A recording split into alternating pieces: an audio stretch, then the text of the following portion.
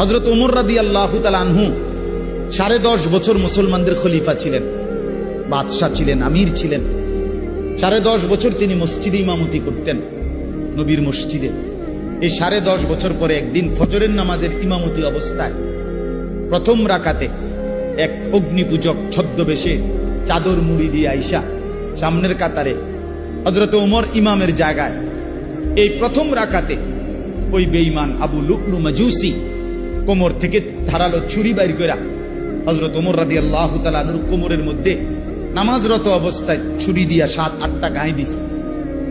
রক্তে নারী ভুরি সহ ওমর রাদিয়াল্লাহু তাআলা আনহু যখন চাপ দিয়া দইরা, এরপরে প্রথম কাতার থেকে হযরত আব্দুর রহমান ইবনে আউফ, একজন সাহাবী, বিখ্যাত সাহাবী, আশারায়ে মুবাশশারার একজন, এই উনারই ইমামের জায়গা আইনা হযরত ওমর রাদিয়াল্লাহু তাআলা আনহু একসাথে সরে গিয়ে রক্তে ভাসতেছে।